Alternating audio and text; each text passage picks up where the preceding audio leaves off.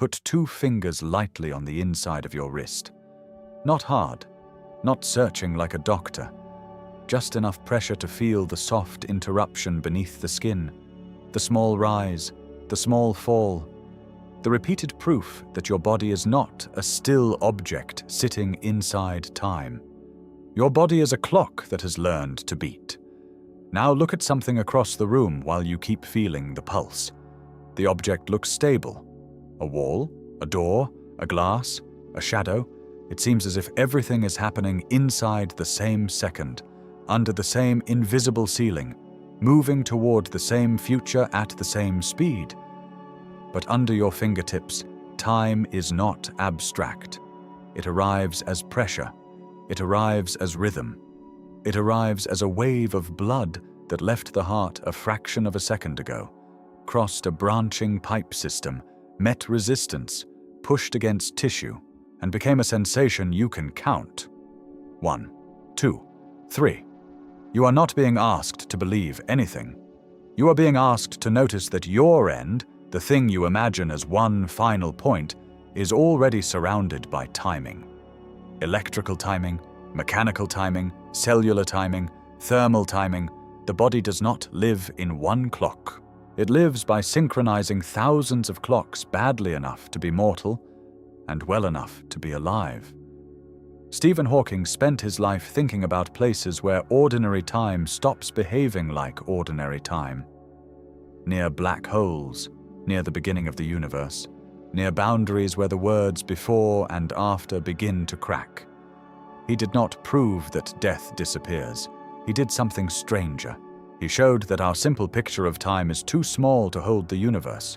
Keep your fingers there for a few more seconds. Your pulse is not eternity. It is local time made flesh. Here is the paradox. Death feels absolute because you experience life from the inside. Your body has one private corridor of moments. You remember yesterday. You feel this second. You cannot step into next year and return with evidence, so the mind builds a line, birth at one end, death at the other. The line feels obvious because every heartbeat travels in one direction. But physics has never been comfortable with obvious time. In everyday life, the end of a person looks like a single event, a final breath, a stopped heart, a brain that no longer supports consciousness, a body that no longer maintains its internal order. Medicine needs definitions like this because families, hospitals, laws, and organs need decisions. Biology needs thresholds because cells do not stop together like lights in a stadium. Physics asks a different question. Not when does the story feel finished, but what does it mean for an event to be finished in time? In relativity, there is no master clock hanging over the universe. There are events, there are observers, there are paths through space-time. There is proper time, the time measured along a particular path, the private time carried by something that actually travels from one event to another. 2 observers can disagree about durations and still both be right, because time is not a universal river. It is part of the geometry. That sounds far away from a human body. It is not. Your body is an event-making system. Every pulse is an event. Every nerve impulse is an event. Every breath is an event. Every cell divides, repairs, fails, heats, cools, oxidizes, and signals in its own microscopic timing. Death is not one magic switch in the fabric of reality. Death is the collapse of coordination among many local times, and that creates the question most people never ask. If your end is real inside your own biological time, what does physics mean when it says that time itself is relative? Before you can understand death through time, you have to understand what your body is before the final moment. Your body is not a statue that happens to be warm. It is a temporary agreement among about 30 trillion human cells, plus a vast ecology of microbes, fluids, minerals, gases, electrical gradients, and heat flows. The number is not there to make you feel small. It is there because mortality only looks simple from far away. From inside the mechanism, life is coordination at impossible scale. A neuron in your brain can fire in milliseconds. A heartbeat takes roughly a second. A breath may take several seconds. A protein may fold in fractions of a second or struggle through longer chemical pathways. Bone remodels over months, skin renews across weeks, memory can change in a moment and remain for decades. You call all of that one life because consciousness binds the timing into a single narrative. But the body does not run on one tempo. It is more like an orchestra spread across a city during a storm. Some musicians hear the conductor, some hear only the section near them. Some are delayed by distance. Some continue playing after the main signal has stopped. What you experience as your life is the fragile synchronization of the whole performance. This is why the common idea of death is too clean. People say the body shuts down, but shutdown is an engineering word borrowed from machines that obey a central switch. Biology is not built like that. Blood flow fails in one region before another. Oxygen drops unevenly. Neurons lose electrical stability. Mitochondria, the small energy-converting structures in cells, can continue chemical processes briefly, even after the larger organism can no longer be saved. Some cells die quickly, others persist longer. Hair and nails do not keep growing in the way legends say, but tissues do not all vanish into non-function at the same instant. The unknown fact is this: the brain depends on timing so strict that a delay of only milliseconds can change perception, movement, and awareness. Your sense of a single present moment is manufactured by nervous tissue, constantly binding signals that arrive at different speeds. Light reaches the retina. Sound reaches the ear. Touch reaches the spinal cord. The brain edits delays into unity, so you can live inside a usable now. Your now is not raw reality. Your now is a biological construction. That matters because death is often imagined as the destruction of the now. But the now was never a universal object. It was a locally assembled experience, built by a body that had enough oxygen, enough electrical gradient, enough temperature control, and enough rhythmic stability to keep stitching events into selfhood. The belief is that time is what your body passes through. The science is stranger. Your body is one of the ways time becomes measurable. The first layer happens in fractions of a second. Feel your pulse again. That beat is not just a pump. It is a timing signal. With each contraction, pressure changes inside arteries, stretch receptors in the vessel walls detect it, and neural messages travel toward the brainstem. The brainstem adjusts heart rate, vessel tone, and breathing without asking your conscious mind for permission. This is not poetry. It is control theory made of tissue. If blood pressure changes too quickly, the baroreflex responds. If carbon dioxide rises, chemoreceptors push breathing. If oxygen drops, the system alarms. Your life depends on feedback loops that detect the difference between what is happening and what must happen next. This is the first physical truth of dying. The body does not simply run out of time. It loses the ability to correct timing errors. When oxygen delivery fails, neurons cannot maintain their electrical gradients. Sodium and potassium ions, tiny charged particles, stop being held in their proper places. The cell membrane becomes less like a border and more like a leaking wall. Signals become noise. Noise becomes silence. The brain is not a lamp that someone unplugs. It is a city whose power grid loses frequency stability, one district at a time. That is the immediate layer. The second layer unfolds over seconds to minutes. Without coordinated circulation and respiration, the brain cannot preserve the chemistry required for consciousness. The cortex, the outer folded region involved in perception and thought, loses organized activity. The brainstem may continue longer in some circumstances because different structures tolerate stress differently. The heart may develop chaotic electrical rhythms. Cells switch toward emergency metabolism, acidity rises. Enzymes begin working under conditions they were never meant to maintain. This is where relativity becomes useful as an analogy, but not as fantasy. Einstein's relativity tells us that time depends on the path taken through space-time. A clock moving differently, or sitting in a different gravitational field, does not measure time exactly the same way as another clock. Proper time belongs to the world line of the object. In the body, every tissue has its own local clock, not because human cells bend space-time in dramatic ways, but because their biological processes depend on local conditions. Oxygen, temperature, blood flow, pH, glucose, inflammation, pressure, and electrical stability shape how fast breakdown occurs. So death is absolute as a clinical boundary for the person. But it is distributed as a physical process. That distinction matters. The third layer is the one no one expects. Your end is not only biological, it is informational. While you are alive, your body holds a pattern. Not just atoms, arrangement, gradients, membranes, memories, scar tissue, muscle tone, immune history, learned reflexes, facial expressions your nervous system practiced for years. The body is matter organized in time. When life ends, matter does not disappear. Energy does not vanish. But the pattern that kept correcting itself stops maintaining its borders. This is where Hawking becomes unavoidable.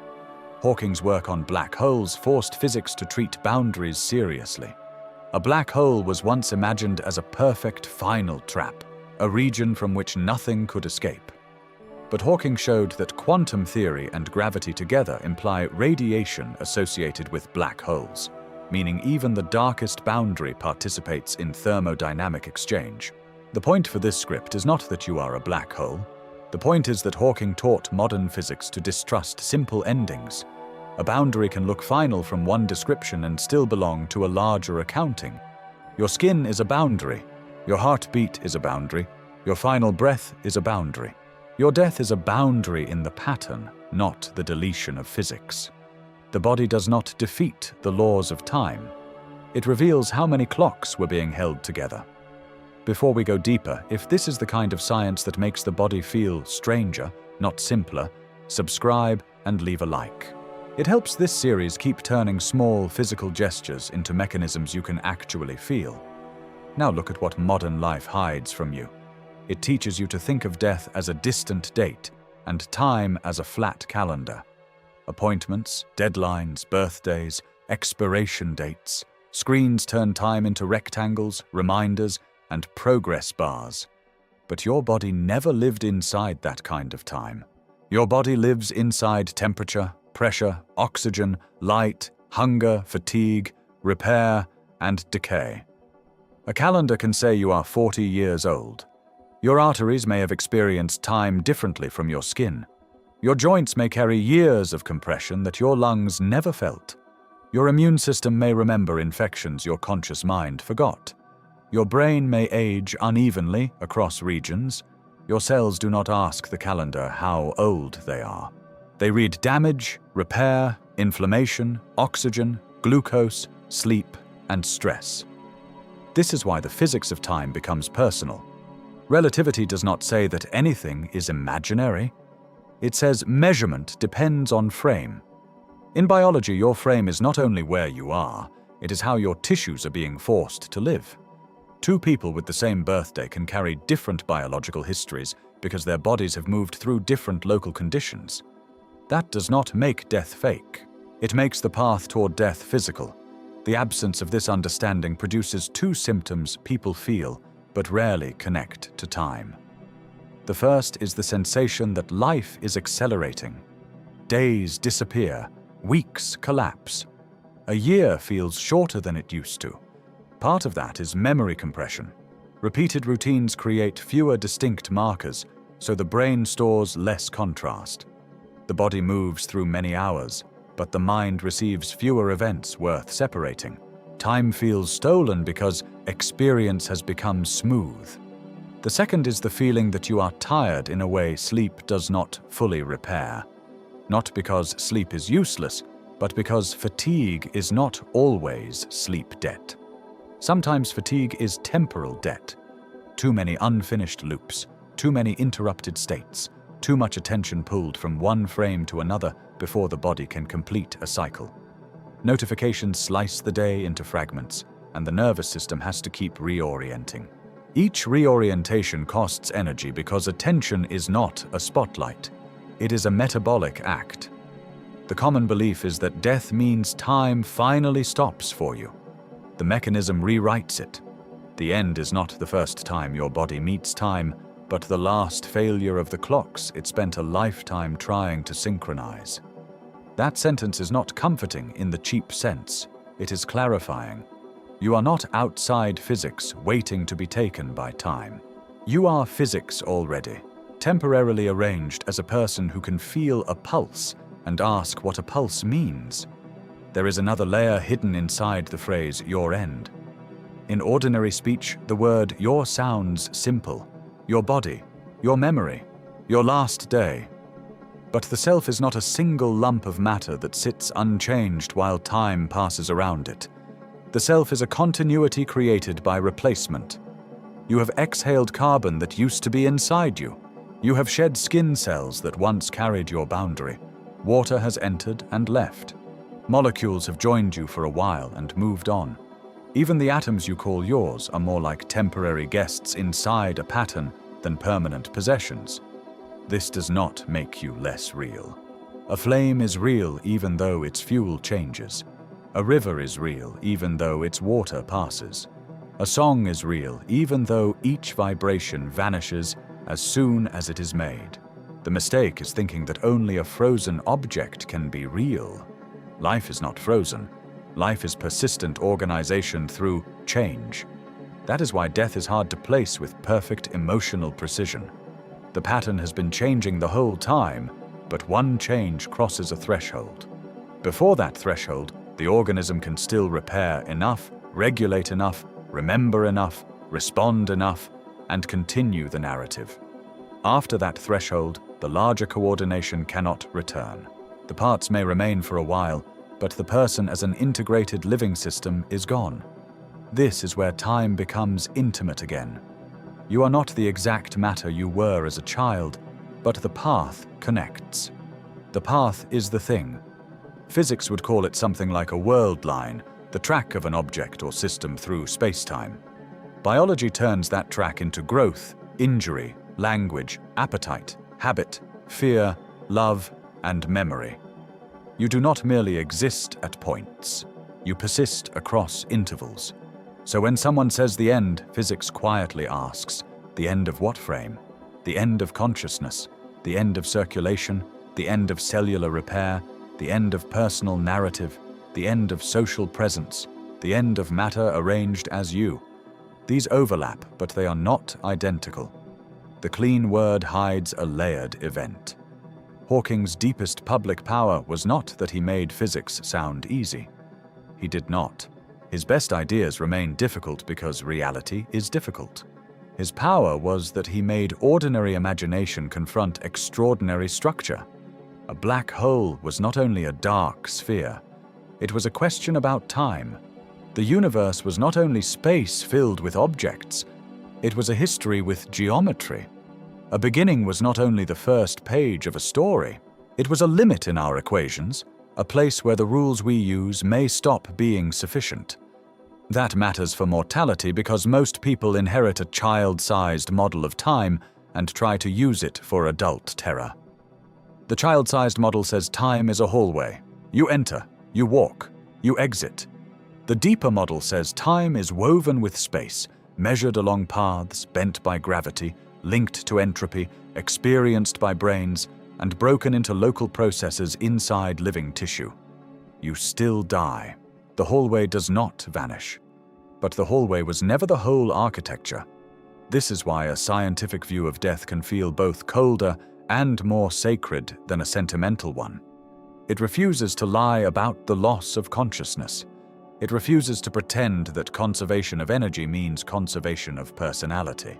It refuses to turn physics into a comforting slogan, but it also refuses to reduce you to nothing. Nothing is not what happened here. A living body is not nothing. A remembered voice is not nothing. A nervous system that learned the faces of people it loved is not nothing.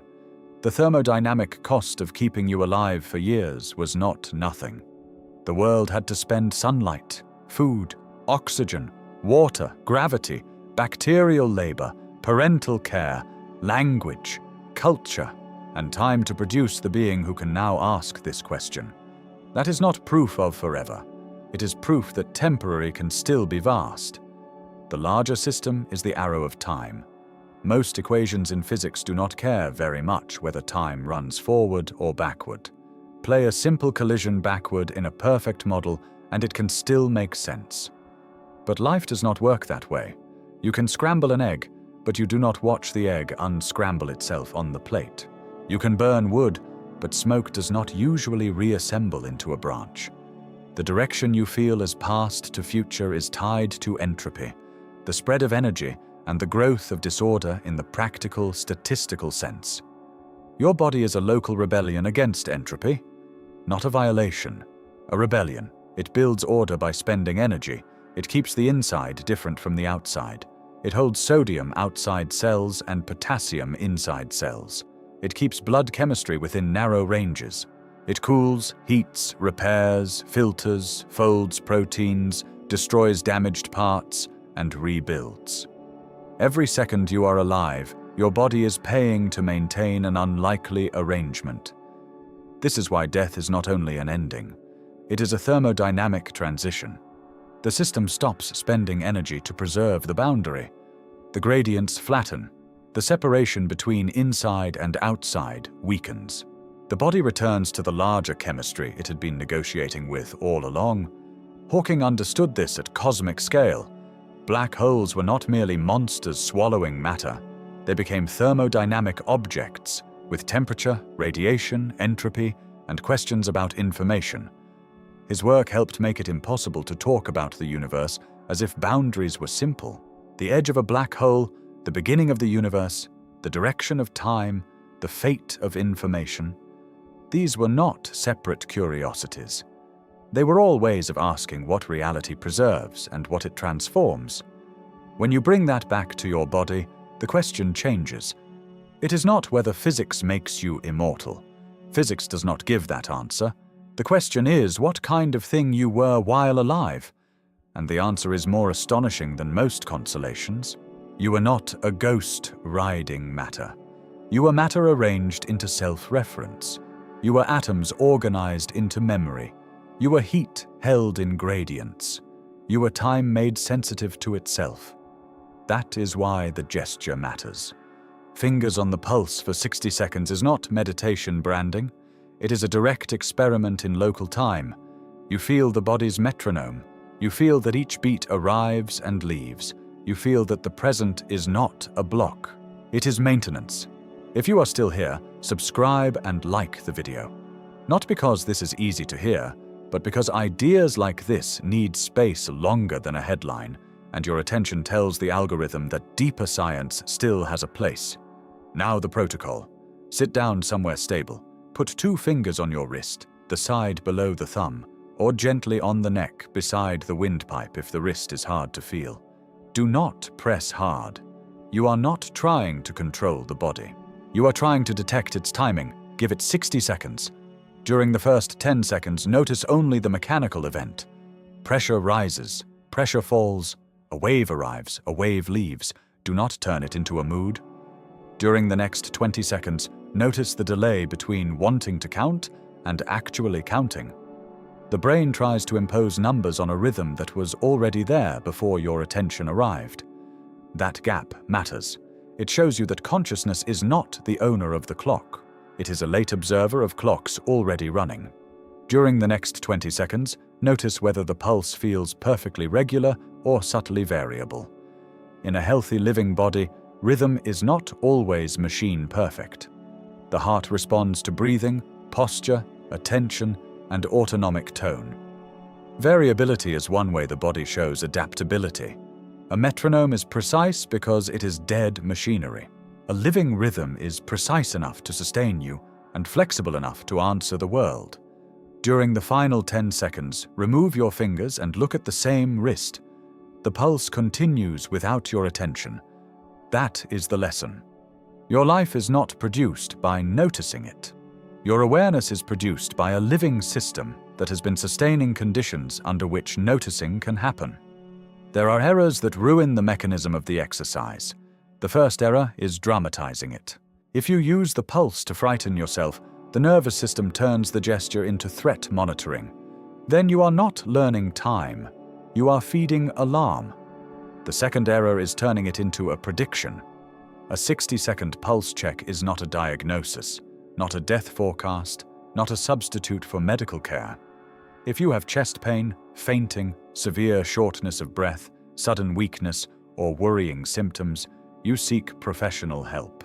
Physics does not replace medicine. The third error is chasing mystical certainty. The point is not to prove that your personal consciousness survives death.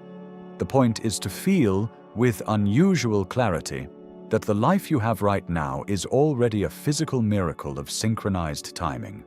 For physical limitations, the gesture can change.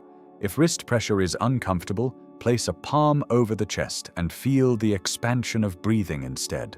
If heartbeat awareness increases anxiety, feel the warmth of the hands or the weight of the body against the chair. The mechanism is still timing. A contact point, a repeating signal, a boundary between attention and automatic life. Try it once in the morning and once before sleep if you want the strongest contrast. Morning shows the body re-entering demand. Night shows the body releasing demand. The same pulse feels different because the frame has changed, and frame is the lesson relativity gave the world. Comment with one concrete detail you noticed during the 60 seconds. The pulse in your wrist, the warmth in your hand, the rhythm of your breath, or the strange feeling that your body kept going before you named it. There is a reason this subject feels dangerous. Death is not only a biological fact, it is the border around every plan. It is the reason a wasted day hurts. It is the reason love feels urgent. It is the reason memory has weight. You can ignore it for months, and then one sentence, one hospital hallway, one photograph, one phone call can make the whole abstraction return with unbearable precision. Physics does not remove that. It deepens it, because physics says your private ending is not a cartoon disappearance. It is an event in a universe where events are relational, where clocks depend on paths, where boundaries are real but not simple, where energy is conserved but patterns are fragile, where entropy gives direction, and where the present you feel is a local achievement. Hawking spent his life near the edges of thought. Black holes, singularities, imaginary time, the origin of the universe, the fate of information. These ideas are often presented as distant, cold, mathematical, but underneath them is the same human pressure. What does it mean for something to begin, to end, to be observed, to be lost, to remain in another form without remaining as itself? Your body gives a smaller version of the question. A pulse appears. A pulse disappears. The next pulse arrives. You do not own the interval. You inhabit it. And maybe that is why death can be relative without becoming unreal. Relative does not mean meaningless. It means located. It means described from a frame. It means your end belongs to your path, your body, your proper time, your sequence of breaths, repairs, decisions, attachments, and losses. From the inside, it is the horizon beyond which experience does not report back. From the outside, it is a change in pattern, a redistribution of matter, heat, memory, and consequence through other people and through the world. The horizon is not fake because someone else can still see stars. Your ending matters because the arrangement was real. For a little while, the universe organized atoms into a being that could feel its own clock. It made a creature capable of asking whether time was absolute. It made a mind that could fear the end and still press 2 fingers to the wrist, listening not for an answer, but for evidence. One beat, then another. Not forever, but here.